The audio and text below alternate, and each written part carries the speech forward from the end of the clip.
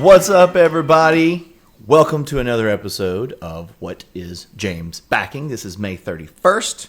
So these are campaigns that are active this week. And this week we are doing the top five. Because in previous episodes, I was trying to cover way too many games. Those episodes were going way too long. And so each week we're going to do the top five. Because that's just what's going to be way easier for me. I got to live a life. I got work to do. So I can't do this all day. Even though I love it. I wish I could. I actually wish I could just play games all day, but I digress. So one thing that we're going to do, start doing this new, is instead of letting these games sit where they do not get played, I am going to start giving these away. So all you have to do is interact with a video. Give us a comment, give it a thumbs up, share it if you want to. I don't care. I don't care about putting crap into your timelines that you don't want to share, but if you think this is good and you have friends that would like it, please share it. But I'm going to give this away, and all you got to do is comment on the video. Let me put this back here so we can keep looking at it because, it's one really gorgeous box. IDW, knocked it out of the park with this. This is a Kickstarter, and all the stuff's falling out. Look at that. That is gorgeous. And because it's a Kickstarter show, it seems right to give away a Kickstarter game. So anyway, Masque Red Death. Do the things, win the game. Yay. So each week we do this. It doesn't matter. Also, if you're watching this on YouTube later, I do this live on Facebook, but I do post this to the Board Game Spotlight YouTube channel. If you're watching this, just give it a thumb and do a comment, and you'll be entered to win as well. We'll let this percolate for a couple days, and then we'll announce a winner. Probably next week's show. That makes the most sense. So we're gonna dive right in because we do have 5 games, and I think this is fewer games will allow me to go a little bit deeper and talk a little bit more about the campaigns. But there was a question that Terrence Miltner asked that I think is a good conversation to have. And me being a publisher, I can speak to it, me being someone who runs Kickstarter campaigns. And his thing was essentially, if campaigns have a really low funding goal, but then instantly start unlocking stretch goal, are people just gaming the system? And the answer to that is yes and no. It's a yes and no. Okay, so typically what we do, and I know most publishers do, is that you look at what it's going to take, a minimum quantity, minimum order of quantity, an MOQ, to make a game, right? So it might be like 1,000 units is when it first becomes viable cost per unit to make the game. So you set your funding goal at that amount of money, right? Now, what you hope is that it's successful and you need to order 5,000 or 10,000 because your cost per unit goes down somewhat. It is dramatic, say, from 500 to 5,000, but after 5,000, we're talking cents. So maybe it's $10 for 1,000 and it's only $8 for 5,000. But $2 is big, right? That's huge. But then from 5,000, it might just go down to $7.75. It starts really plateauing at about 10,000 to 15,000 units. Because stuff just costs what stuff costs, right? So that's the reason the funding goals typically get set lower, right? Now you could argue hey, Jamie Stegmaier, he knows he's not going to do 1,000 units of a game. He's going to sell a ton of these games. That's true, but still you want to do what's right. For us, on Tidal Blades, we did I think it was a $75,000 goal because it's a bigger, expensive game, and we knew that we wanted to start our platform at what was more, I don't want to say honest, but more transparent. But then also, I do want to help dial back some of the stretch goal frenzy that is on Kickstarter, right? That's why we went to a daily reveal, and then also we did have some things that were built in that was we have to have money at certain levels to put these things into the game. And you guys are going to see that through when we've launched Grim Masquerade that'll be hitting retail soon. Because it's not a Kickstarter game, because it went straight to retail, there's things that we didn't do in the game and the production because we just didn't have that money up front. And so I think we're getting a little bit entitled. I know that's an ugly word, but we're getting a little bit entitled with Kickstarter and the frequency of which these things come out. These aren't throwaway things. To put linen finish on a card costs money, period. You don't need that to play the game, especially for you crazy sleevers out there. You're just going to sleeve it anyway, so you're not even going to feel that gorgeous linen. Pfft, get out of my face. Okay, all right. So, Terrence, I hope that helps answer your question. I don't think it is, but also I haven't seen someone crush a campaign yet that was just like no stretch goals. And don't give me Gloomhaven. That was the second thing. That's an outlier. Overall, we want to be gamified. We want to see that we're getting free stuff and we're raising awareness. So I don't know. I don't have the perfect answer. I wish it wasn't that way. I wish we could just say, here's the best thing. Here's how much it costs. Please do it. But we're dumb humans, and we like to play games. I do the same thing. I went and ran this morning, so now I feel like I deserve a treat. I'm a dog. I'm a dog who deserves a treat. If you like that, you can raise your hand too, you know? Okay, let's get into this. Nope, that's the wrong thing. There we go. Bazinga. Here we go with James pronouncing things again. A Papillon. Papillon. I don't know. It's about butterflies. And so this is the game from Colossal that was suspended after it had funded. And this just launched back yesterday. And you can see that I have already backed it. I am a full backer on this one. And I wanted to support them day one because I don't really want to get into the politics of this. But I was unhappy with the way this was handled. I don't think it should have been previously suspended. Even if they did something wrong, it should have been stopped well before that if there was an issue. Definitely not after a campaign is funded, because this company had already spent a ton of money, time, and effort to launch the campaign and execute it. And for them to do that, it is frustrating. It's frustrating for all creators. And then to not get clear communication. We're not going to get into that. That's not what this video is about. I just wanted to be a supporter on day one so that they could have the biggest day. I'm glad to see that they're about halfway to the funding they had for the whole campaign in a day and a half. So good for them. Also, I know JB Howell. I have sat with him when he's pitched me games. He's a brilliant game designer. You have to watch out for the things that he's making. Dude is smart and is making great games. So let's check out the video. A butterfly garden requires a vision and a caring hand.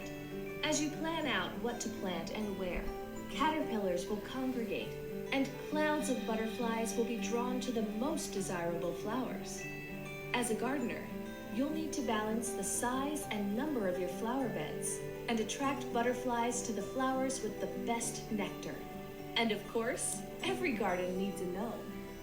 Papillon is a tile drafting and laying game for 2 to 4 players. That's how you pronounce it. Each attempts to gain the most nectar by planting fields of flowers and attracting butterflies to their garden. I do like the gnomes. Each round, players will bid a number of caterpillars to select the most desirable field tiles from those available. Oh, do like a little bidding. And each places these tiles in their own gardens to create fields and flower patches.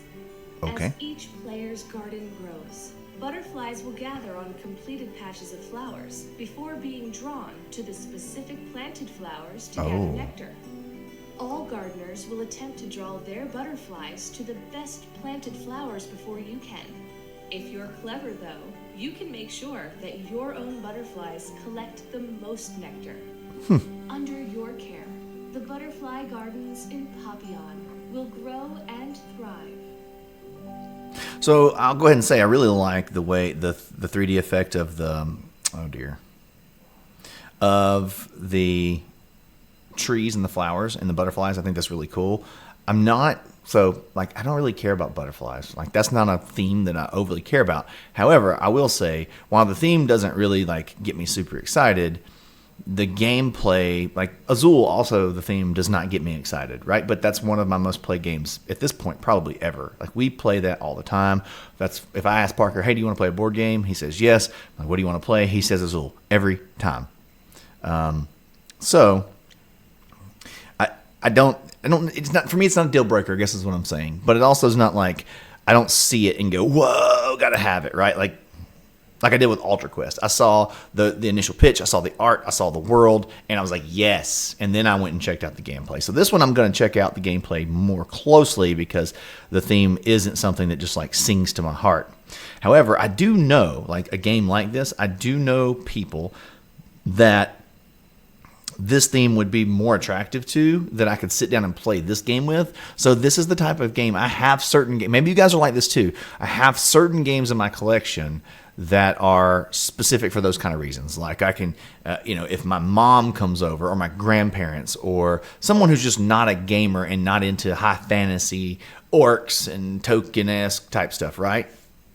Tolkien-esque. So, this is a type of game that I might put in my collection because of that. I really like the way that those look. Again, I think this is going to have some cool table presence with that 3D effect. And, maybe clipping these butterflies to these flowers I find extremely attractive and tons of fun. So I won't know until I play it. But I like the beautiful 3D flowers, approachable rules. I love that it's, it seemed like that video really did a good job of explaining a real high level view of the game mechanics. And I do like those type of games where I have, like, if there's a tile that I really, really want, I can go for broke, right? I can try to get it, and it's going to probably wreck me for a couple rounds, which is my typical shoot from the hip play style. So that'll be interesting to see once I get it. Tolkienese. Yeah, Chris, I made up stuff. That's what I do.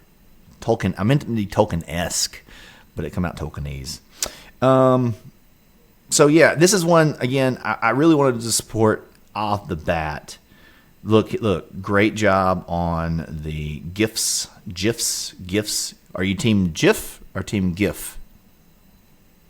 It's a G, so it's a GIF. If you say GIF, you're just wrong.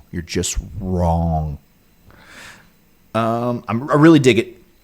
I like the look, even like I said, even though the theme doesn't. It looks pretty. It looks good, which is important to me. I like things that look good. Our shipping, this is coming from Colossal. They've done a ton of games. Western Legends is a great, fantastic game on my shelf. Love it. They've pumped out a bunch of other great games since then. Kami-Sami is a super underrated game of theirs. If they have that in the Pledge Manager and you don't have it, you should get that. That Rondell game is just dope. It's so good. They're unlocking stuff. And so you get down here at the bottom, you've got your how to plays. You've got some reviews. You've got review videos. That's important. So just get down there, watch this for yourself, and find out, does this appeal to you? They've got plenty of stuff. Their shipping is clearly marked. So another thing that new creators can look out here, look how they've broken out all the countries where they've made it really straightforward and easy to understand. It's very important because shipping, you will answer so many questions about shipping, it will drive you crazy. There you go. I mean, I think that you either are into this game, you're into bidding, you're into like trying to get your butterflies on the right ones. It looks like they're going to have different values here on each set of flowers. So, yeah, that's Papillon. And it sounds like you don't really even give the L's that much of a sound when they pronounced it. I'm glad they did that at the beginning of their video, though, to help us out. This is a video that a lot of you asked for that I was really unaware of this game. Escape the Dark Sector. Now, this is funny because this is one of those things that I harp on about, building your audience and getting people to the page. And I didn't know anything about this. I hadn't heard about it until I said, hey, you guys, what games do you want me to cover this week? And this one came up several times. Where's my little button for the creator? Did they move it? I'm so confused. Yeah, it's not in the same place as it used to be. Okay. But, so it doesn't say who the creator is, even though it says who's backed it. That's weird. Where did the button go?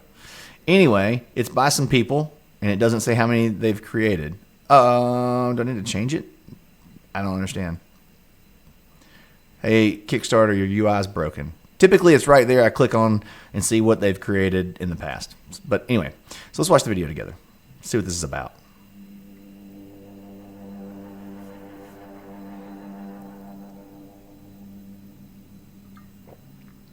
I love the VHS kind of vibe to it. In the depths of a vast space station. No, super thematic voice. Love it. Oh, wow. Danger at every turn. On a desperate mission to escape. Escape the Dark Sector, the game where you never know what dangers, traps, and terrors await you. Charge your weapons. This is a great video. Choose your tactics. And fight for survival. But be warned.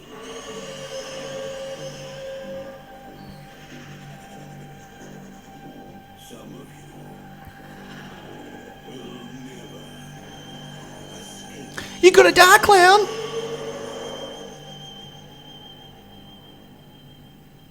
Now, while they didn't tell us anything about the game, I almost am like, I can be convinced to back this almost from that video. And as someone who now is doing some filming and some shows and stuff like that, I have a very deep appreciation for what they pulled off in that 90 seconds. There's a lot of work. There was a lot of planning. There was a lot of filmmaking, a lot of storytelling. It was a great job. So, yeah. So they're at $75,000 of a $20,000 goal. Still 30 days to go. So that's good. How much this game cost us? I like the vibe. I'm digging the deep space horror kind of thing majig. Level 1 is 1 copy, and it costs €30 or pound. I don't know what that. I think that's euro. I don't know. Level 2 is 1 copy plus 1 pack of each size sleeve. Don't care about sleeves. You'll also get any digital stretch goals we unlock. Don't care about your sleeves. Level 3 is terminal playmats, mission playmat in a digital. And yep, okay, playmats at 55 pound. And early bird level 4, which is still, they got 3 days to go. So they're doing the 3-day early bird. So if you're watching this within the first 3 days, you can get in here, and it looks like you're going to get some monies off. So some monies off is good, because normally level 4 is going to be €60, and they've knocked €3 off. So for us US folk, that's like $10. For Canadians, that's like $185. That's like an insane amount of money for them. They should do that. Okay, so it looks like the game's black and white. I don't love that. I know I'm probably going to take some heat, but one of the things that make it hard, like I'm looking at that image, it just looks like a bunch of stuff, man. Like icons and color, especially color, obviously, help you draw your eye to where it needs to go. That's why I have a special place in my heart for my colorblind peeps, right? Like, I get it. That's why iconography needs to be on point for y'all, because it's super, super hard to play a game when your eye's all over the place. How to play. Set up the mission. Create a unique mission deck before each game by shuffling the chapter cards from acts 1, 2, and 3, then dealing out 4 to each act to form a single deck of 12. Place a boss card on the bottom and start card on top. Place the dice, items, epilogues, and action cards nearby, and the mission is ready to begin. Well, I like that the setup sounds nice and easy. We get to select a crew. Each player chooses a member of the crew, taking that character's unique custom-made die. I like custom dice. These elegantly represent how each character has a different amount of might, cunning, and wisdom, all of which will be needed to complete the missions. That feels like it's got a little bit of RPG to it. I like it. Yeah, the art's not like screaming love to me. Like I'm not super impressed with that. I mean, it looks fine, but art is subjective, so don't get upset. Art is subjective. It's fine. Like when we put out the Wonderland War cover concept this week, you know, we knew this was going to happen, but it was some of the biggest different ends. Like some people were just like loving it, and then there's a few people like, this just isn't hitting for me. That happens because art's subjective. Each player also chooses one cybernetic implant, giving them a unique special ability to call upon during the adventure. Love asymmetric goodness. Now you are ready to play. The objective of the game is to complete all the cards in the mission deck one by one, and then defeat the boss at the end. I'm going to skip over the rest of that. So to begin the game, you simply turn the first chapter card, and there is no turn on order. As a group, you choose who will do what. That's cool. I always like when that happens, because gets more chatter at the table, right? Like you're talking about what's going on and that sort of thing. So they're explaining their icons here. That's dope. First comes the ranged combat. Cool. It looks like they've done a good job here of explaining the game. What's new? I don't know what that means. At its core, utility is the same narrative game engine as Castle. I'm not familiar with Castle. Okay, what's in the box? Chapter cards, crew cards, dice, start cards. So cards and dice. Look, cards and dice in the game cost how much? Level 1 is 38 US. Okay, all right. That's within range. I was thinking it was more expensive, but I guess I was thinking about this $72 situation. I guess I'll need to get down to that and see why the doubling of price. Because right now it's just cards and dice, which is, I would expect that to be more like 30 US, not 30 euro.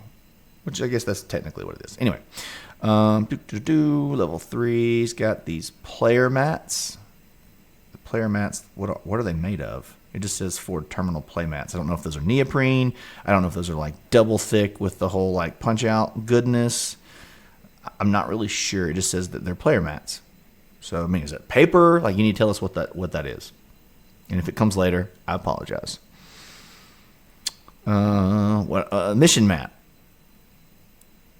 See, when I see play mat, I assume that means it's neoprene because it's typically the way that those work. But I mean, it could be wrong, and I don't know. And maybe this in the comments. Their stretch goals are few and far between, and they're huge gaps. But no one cares about T-shirts. No one wants a T-shirt or cares about a T-shirt unless you're just going to give it to us. They'll produce and I get it, T-shirts are expensive, but nobody cares about your T-shirt. You have not built a brand big enough to make T-shirts, especially as much. And I work at Skybound, we sell T-shirts. That's a waste of, if you're a creator watching this, it's a waste of your time and effort, and don't do it. It's dumb. Don't do it. It's dumb. Don't do it. And right now, I know there's 10 people typing on their keyboard going, but I would love a T-shirt. Like, 10 people don't make it a viable financial investment for T-shirts. Okay. Now, if you want to do one of those websites that's the one-off thing and let people order it, that's fine. But people are going to be paying $35 for a T-shirt. Like, for you to actually make money and to carry enough sizes to really have a product to sell, it's not worth it. You haven't built a brand big enough to sell T-shirts. So don't do it. It's dumb. Matt, shut your mouth. Shut your mouth, Matt. Stop arguing with me. Jackwagon. I love you, Matt. A digital game. If they get $1 million, they're going to make a digital game. I'm just going to shake my head on that. Anyway, so here's where I'm at with this game. I love the video. I like the vibe. Oh, Castle, I've seen that. I don't know anything about it. It's black and white too, so apparently that's their thing. Black and white's fine if that's what they're into. Looks like they've done their shipping. It's decently priced. Hey, here they are. That's cool. And the contact us. So it looks like they've done their homework. They've made stuff before, even though the thing is gone now on Kickstarter for some reason, to see who people are and what they've created previously, which is like a core essential part of my decision making. So thanks, Kickstarter. Or maybe it's a Fire or a Chrome thing. I don't know. For me, this is probably going to be a $1 back and watch, mainly because I'm not in love with black and white. I'm not sure if I'm going to love the play. I think I do. I like the idea of at least what they've laid out with the play style, and I like custom dice, and I like the theme. I'm just not a big black and white fan, so this one might just be a pass for me just because of that. Or I may just grab just the base game, get in as cheaply as I can just to check out the game. So that's, I'll teeter there. I'll probably go in for $1 and then decide later. Next up, number 3, Tussie Mussie. This is from Elizabeth Hargrave, who is the designer of the critically acclaimed and much talked about Wingspan. So, and then also the team, this is, what's their name? Jason. Oh, look, they moved it over here. Maybe they moved it. I found it. 37 created. Button Shy has done a lot of these pocket games, which, they're hit and miss as far as like the depth and like what you love and blah, blah, blah. But, I went to their website. I just wanted to look at the thing. Anyway, typically in the old days, maybe they've just changed everything. When you click this, it would just bring up the window and you could scroll through. There we go. See? I know Circle the Wagons was a big thing that people really loved that game. I haven't played a lot of their games, but I do know I've seen a lot of people playing Circle the Wagons. So anyway, this is one I'm probably going to get just because Elizabeth's pedigree is growing, and I'm excited about it. So let's see what the game's about. And obviously, it's killing it. $45,000 of a $1,000 goal. Hey, wife. Oh, I need to blow this up. Cut, you choose game.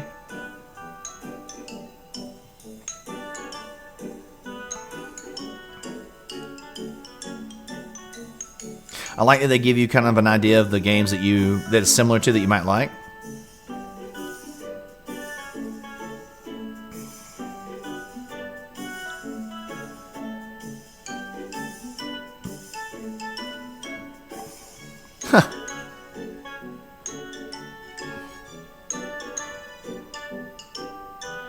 Interesting.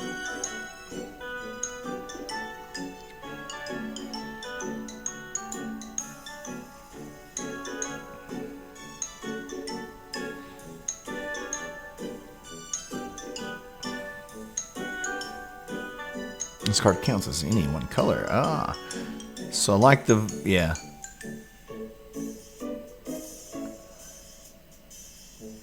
Doom, doom, doom. Great job on this video explaining the game. I do love these type of games because they're easy to throw in. I mean, I think they come in I can get my cursor over here. They come in those little sleeves not a box, so stuff that you could literally stick in your pocket.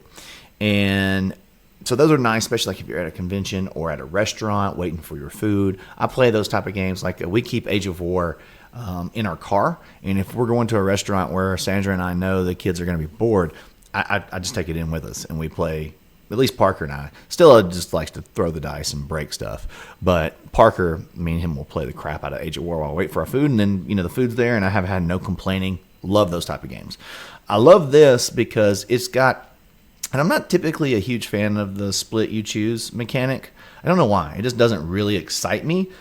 But in general, this seems like, I like the idea that you're presenting somebody one face down and one face up, right?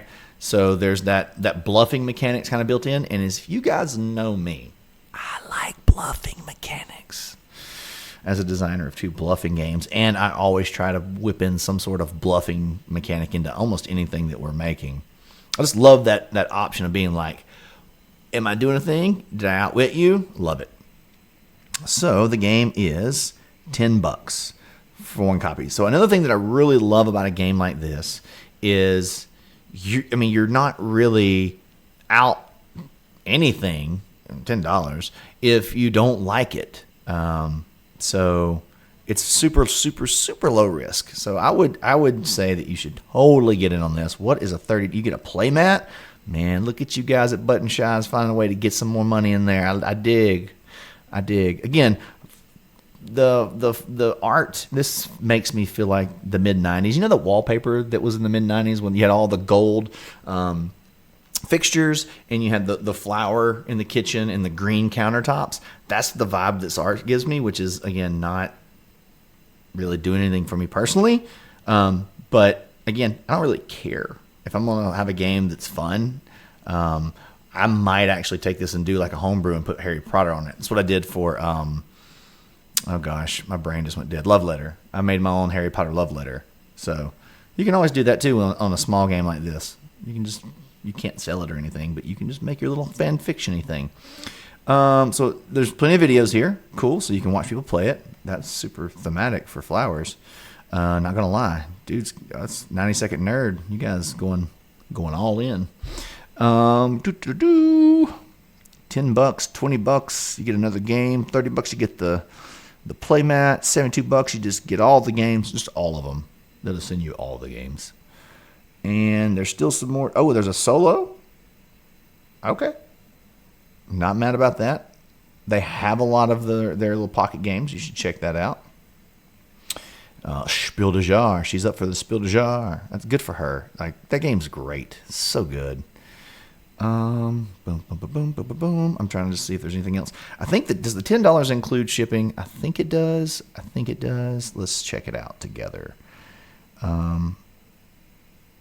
Nope, $3. So your all in is $13 if you are in the United States of America. I am going to get this game and I am going to give them $13. There you go.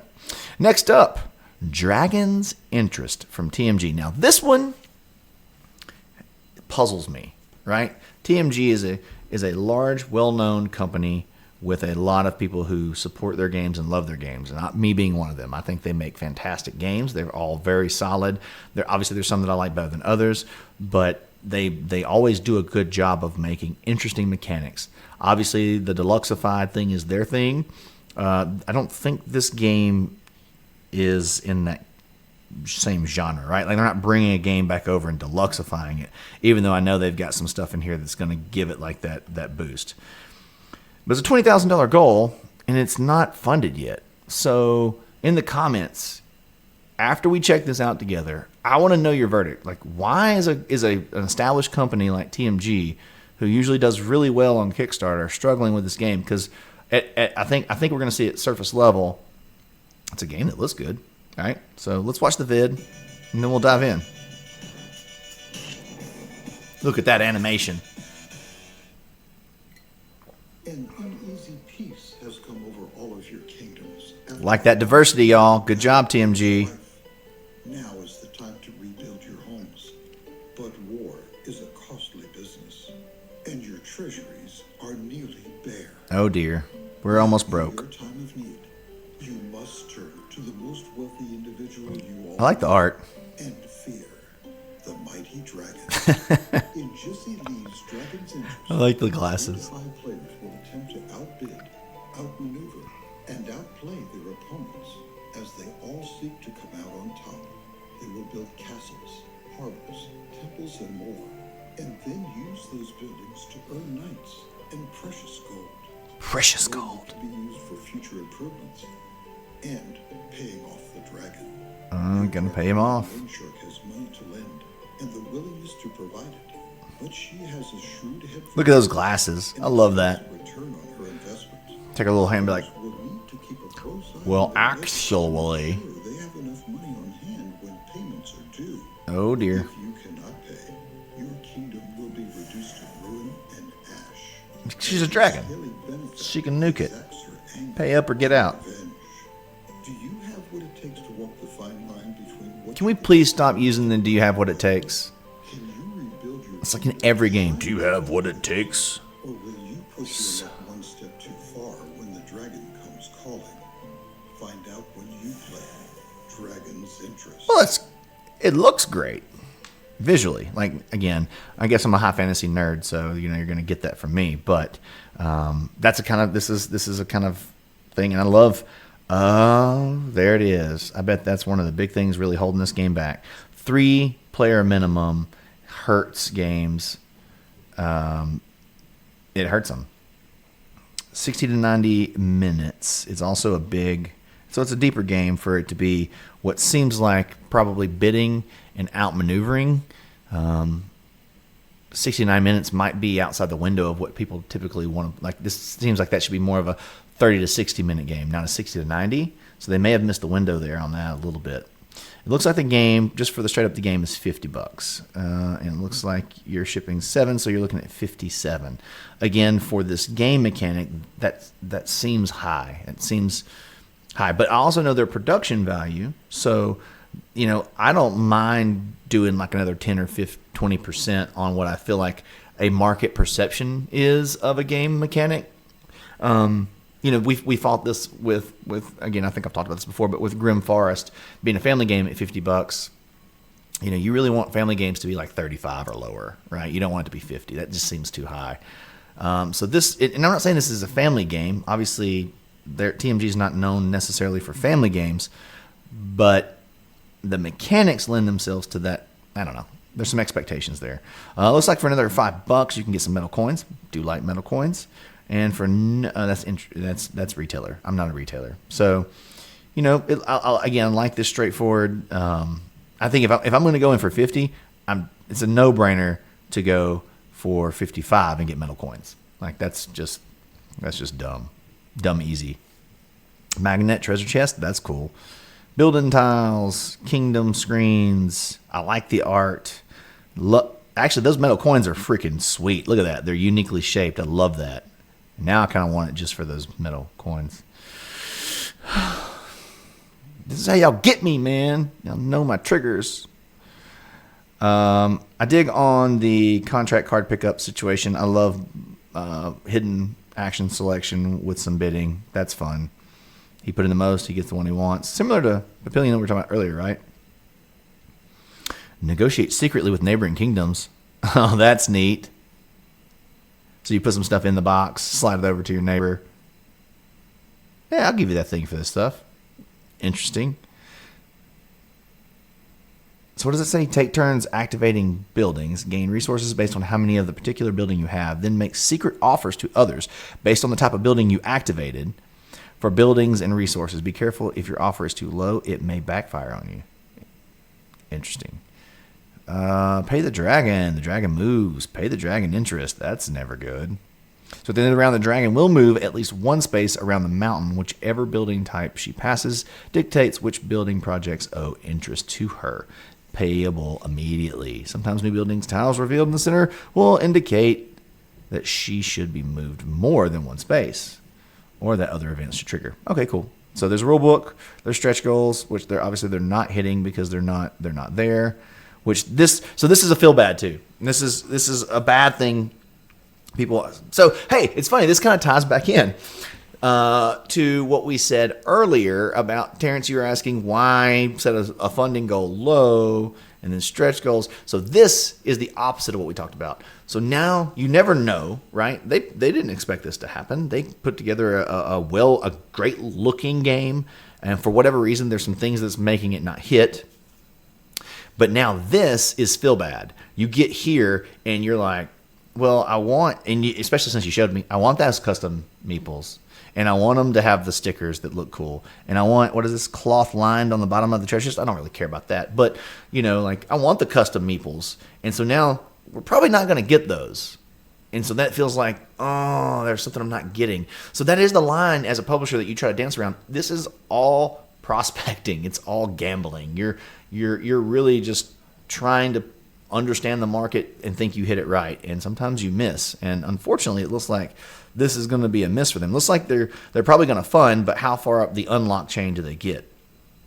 Maybe they'll invest in the game anyway and unlock a few of these things that they wanted to put in the game anyway, but that comes at a margin cut for them. And it's even riskier because there wasn't big support for the game on Kickstarter. So they're going to have to bank that when people play it, they fall in love with it. That's tough. It's a tough place to be as a publisher. There's no right or wrong or great answer. So when I see people getting all like out of shape with like Jamie on Wingspan or whatever, like it's all guessing. It's all guessing. I mean, they're educated guesses as best you can. So you got some vids there that you can watch, which I'm going to go back and watch because I think I want this game. I think I want it. I think I want those coins. I like the way that the game looks. I like the theme. These are the type of games I play. Will it be harder because it's 3-player? I won't get to play it as much. Maybe, probably. But I can play it with Sandra and Parker.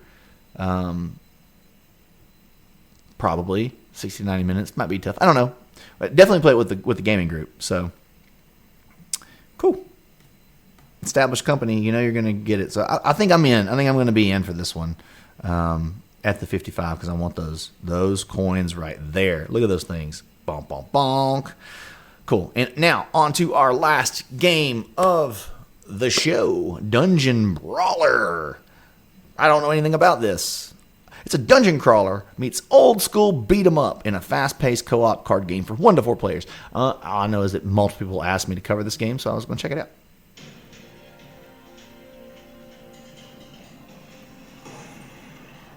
Manic combos, non-stop enemies, full-speed gameplay. Dungeon Brawler takes these aspects of side-scrolling beat-em-ups and condenses them into a quick cooperative card game. Inside this treacherous That's some wonky animation. choose a unique hero and harness the 4 thematic elements of this esoteric fantasy world to forge weapons, learn techniques, and wield spells in ongoing combos. Every threat is followed by another right behind it.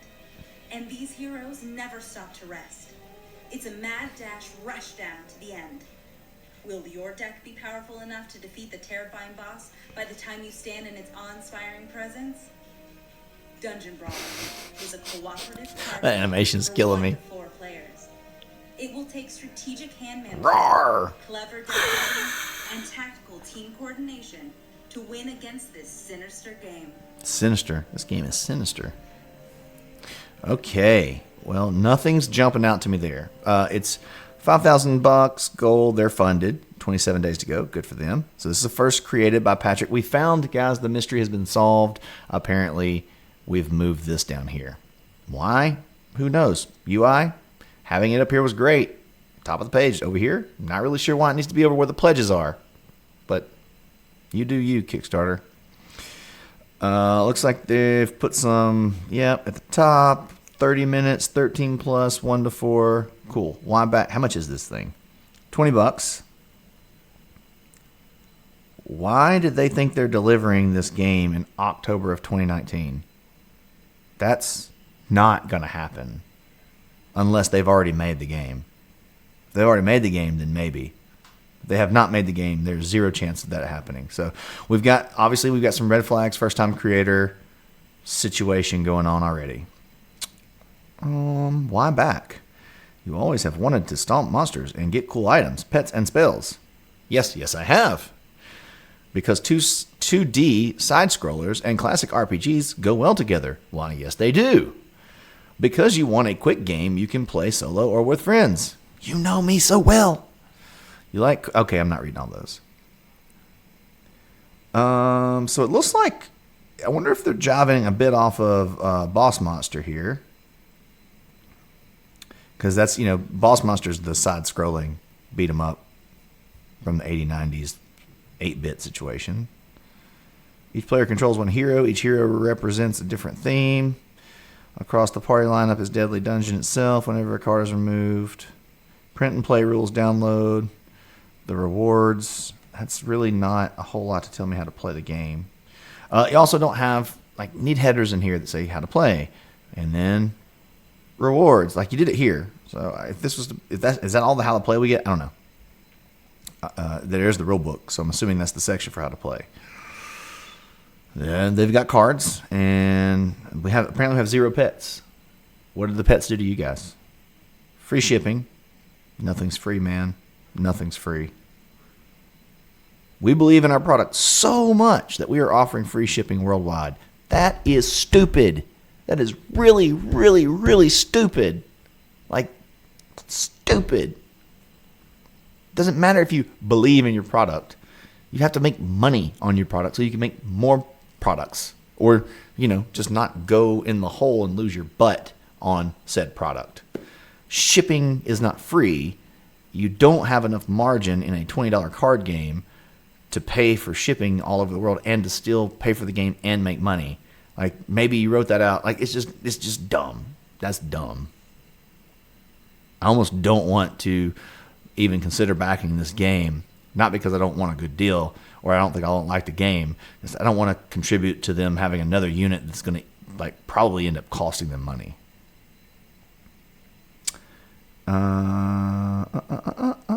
Yeah, and including VAT. These have not done their homework. It's bad.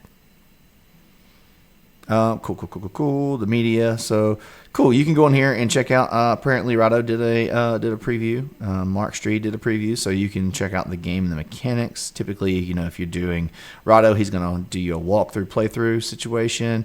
Hey, Patrick. There's Patrick, the designer. There is Ryan Long, the artist. So there you go. So this one's going to be a pass for me because there's some definite mistakes in here. I don't even know how to play the game, and that's all we've got right there. So I'm gonna have to watch a video to figure that out.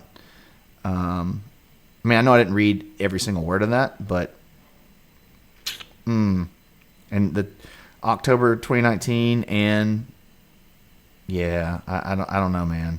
I don't know. Was there stretch goals? Yeah, they have them. So obviously there's just gonna be more cards. Cool. I think this one's gonna be a pass for me. I may throw a buck in just to. One of the things, I like to expose people to campaigns and let them make their own decisions. So don't take what I say to heart. This is just more of us having a conversation about what I'm seeing on a campaign page. And then I know a lot of you want to make some of your own games. And so I hope that by being a bit transparent, by talking through campaigns as I see them, it helps educate you and you as a consumer, you as a creator, whichever side you fall on. Things that we should ask and look for when it comes into making these campaigns and backing them. So those are the 5 that we've hit this week. It was fun. And it looks like 3 out of the 5 are getting a definite yes from me. 2 Escape the Dark Sector and Dungeon Brawler are probably going to be $1. I'm just going to follow along and then just see how I feel toward the end. Maybe these guys being first on the Dungeon Brawler, maybe they hear my video, they make some changes. I don't know. You can't go back in and add shipping now after you told people you're going to give it to them for free. That'd be 306 people angry at you. But they should. They should cancel this campaign and restructure that right now. And it doesn't matter that that the game goes up to say $20. All you need to do is charge $5, right, and subsidize some of that cost, because you're going to get wrecked on VAT. You're going to get wrecked on shipping. It's going to cost more than you thought. There's going to be fees that you didn't know are coming, and you're going to lose money. So. Anyway, I don't want to harp on that. Masque of Red Death. If you've commented, boom. If you've liked, boom. You are entered to win the thing. And I'm going to post this after it gets posted to YouTube. We're going to let some people on YouTube, if you're watching this on YouTube, you get to do the comment and the like button things down here. And I will announce next Friday. Am I going to be here next Friday?